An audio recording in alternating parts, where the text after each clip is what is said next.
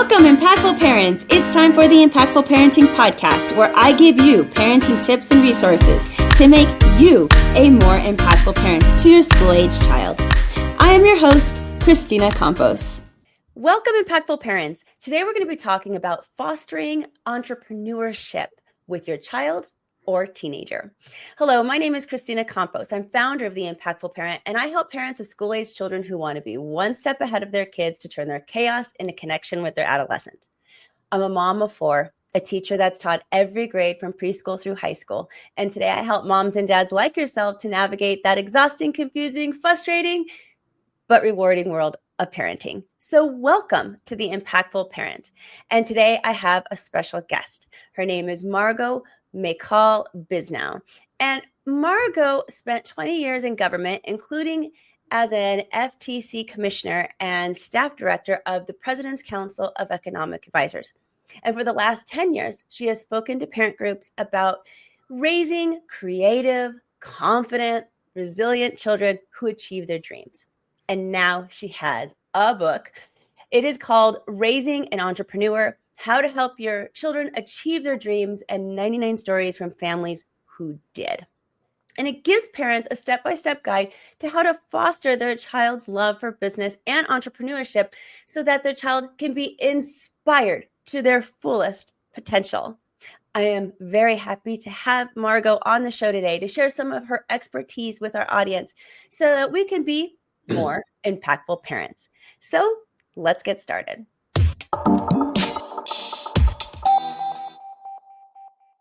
This is not about entrepreneurship in terms of, oh, I want my child to start a business. This is in terms of raising entrepreneurial children. And so for me, an entrepreneur is anyone who starts anything. My younger son started a band. He's an entrepreneur. My older son started a conference organization.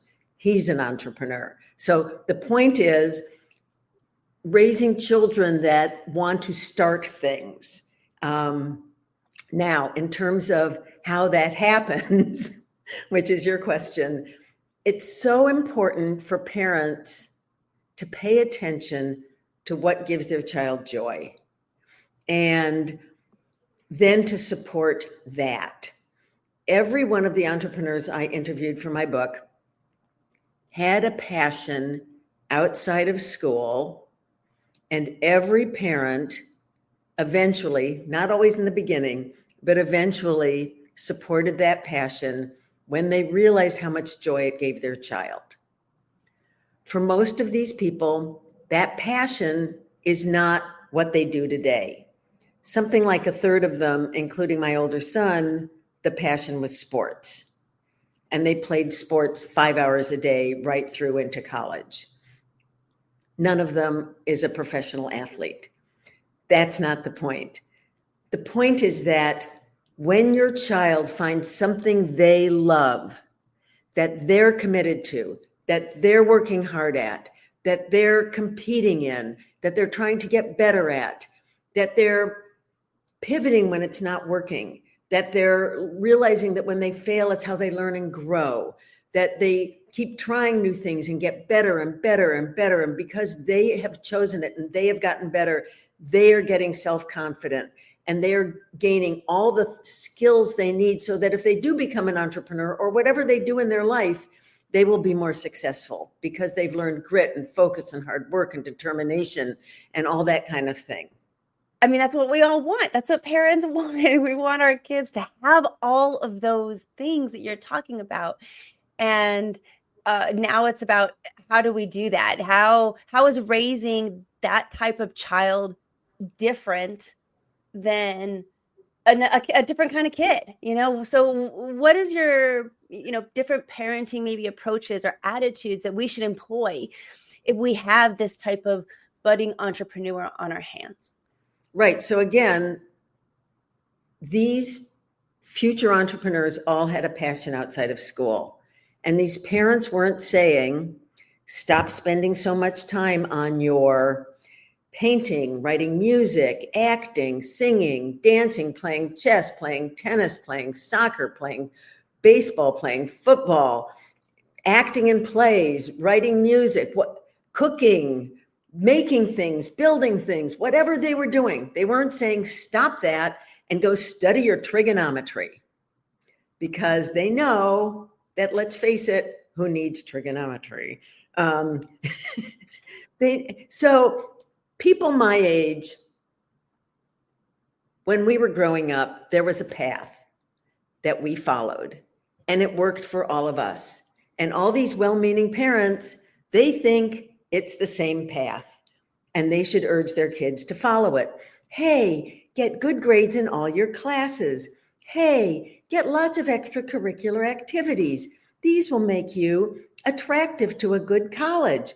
Hey, go to a good college, take on lots and lots of debt, stay in all your classes, graduate, and then you can get a good job. No, that's not the path anymore. And the point is, if that's the path your child is on and your child loves it, that's great. If your kid likes just studying science all the time and wants to be a doctor, that's great. But what if you have a different kind of child? What if they're not happy in school? Our job as parents is to help them find something where they can thrive. It's just so important to not to say, go do this, because then you'll be able to get a job after college. And, parents who say that to me, I say, really, this is your goal for your child, that they should spend the next 40 years doing something they don't like so they can make an income? That's what you think is a good plan? No, I love this message that you have. Now, I need to ask, should parents support their child's passion regardless of what it is? Yes.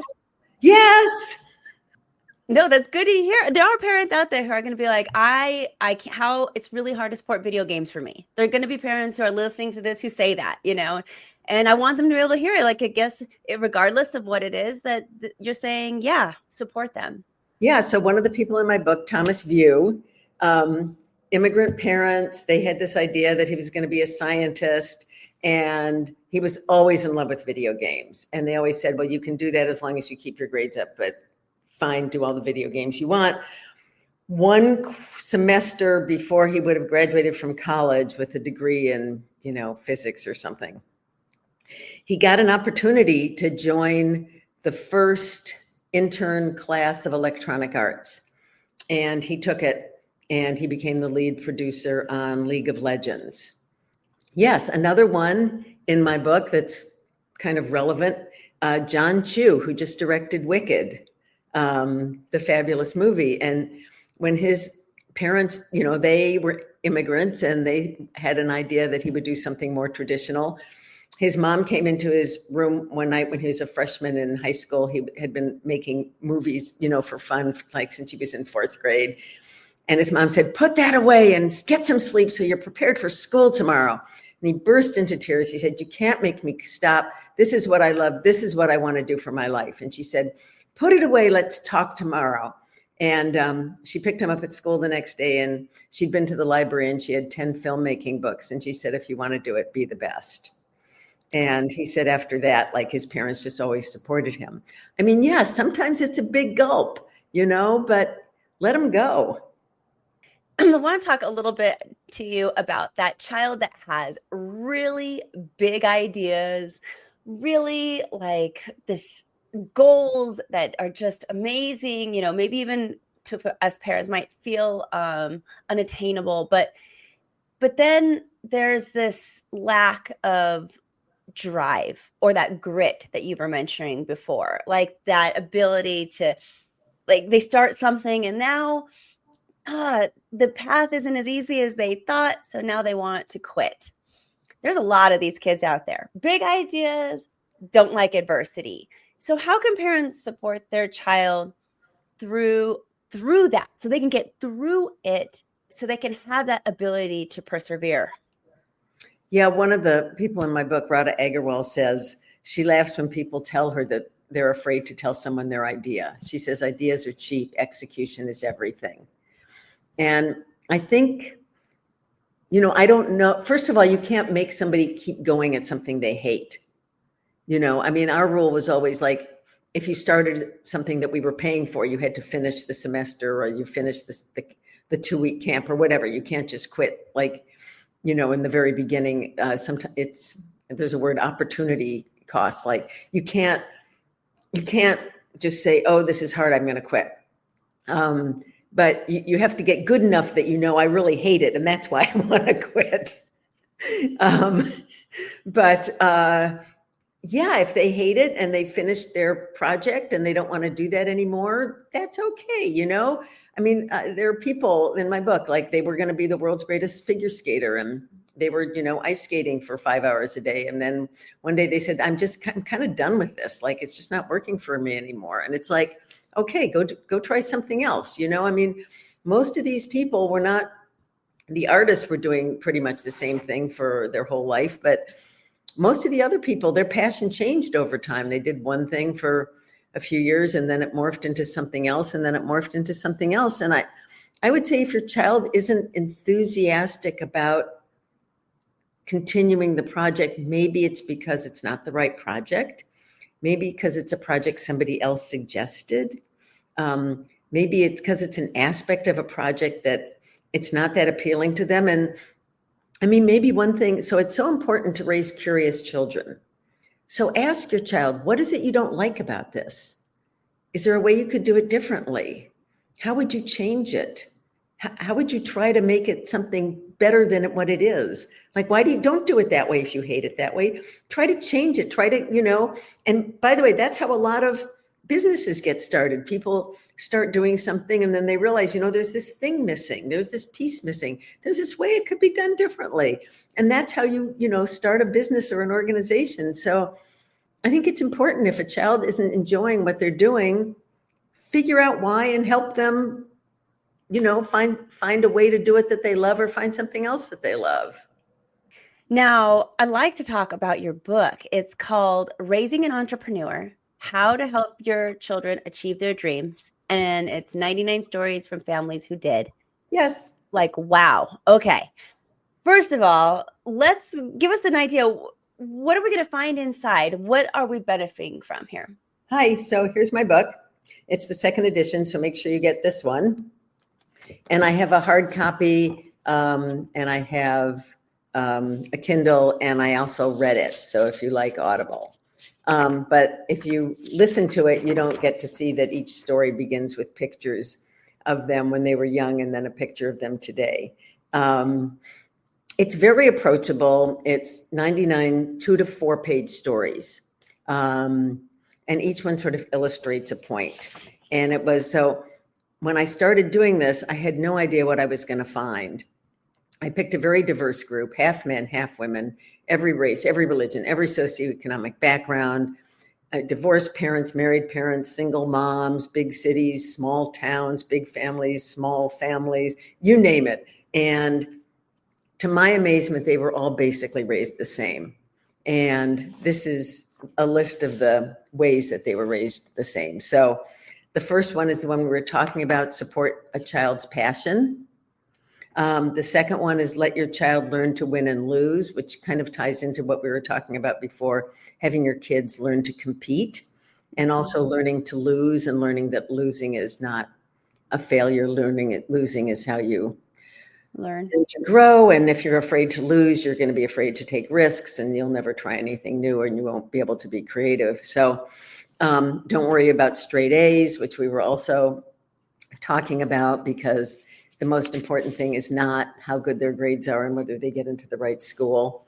Mentors can be great. So many of these kids ended up with a mentor outside of school because their passion was something that their parents knew nothing about. And the fact that their mentor believed in them more than compensated for the fact that their teachers thought they were annoying. Which I'm sure was another common factor amongst all those stories. Amongst a lot of them. I mean, a lot of them were great students, and a lot of them just were never happy in school. Mm-hmm. And anyhow, that's, instilling confidence by, letting your children succeed and go for it, which we were also talking about. Embracing adversity. We didn't talk about that much, but, everybody has bad things happen, and It's how you deal with it and how you approach it. Nurture compassion. How important it is to raise a child with compassion and kindness. I think, the misunderstanding about entrepreneurs is that they go into it to make money. No, you go to Wall Street to make money. You go to become an entrepreneur because you want to make something better than has been made. And you want to contribute to the world by making a better product, a better service, or whatever. Show them there's something bigger. It actually surprised me that basically they were all raised to believe that there is a higher power. Some organized religion, some not, just more morals, but they all believed that they were not, that they were put on the earth to do something. And then lead by following, which is, see what your kids love and then support them in that. And then they all, every story, let's see if I can find some good ones. Every story begins with, okay, here's Benny Blanco, who became he's now one of the country's top songwriters. His mom got a call every week from his kindergarten teacher complaining that Benny wouldn't sit in the reading circle. So there's many parents shaking their head right now going, yeah, that's mine. Yep. So, so it's every story. It's just like a 2 to 4 page story, and they all illustrate one of those points, and it's easy to read and it's fun, and I think but it's all the same points that we were making. I believe every child is unique. Every child is born with a gift, and it's our job as a parent to help them figure that out and then to support it and to let them know how proud we are for their success in that. There's the big overall theme to your book. What would you say that is? Help your child figure out what they love and then support it and tell them how proud you are of them for how well they're doing in that.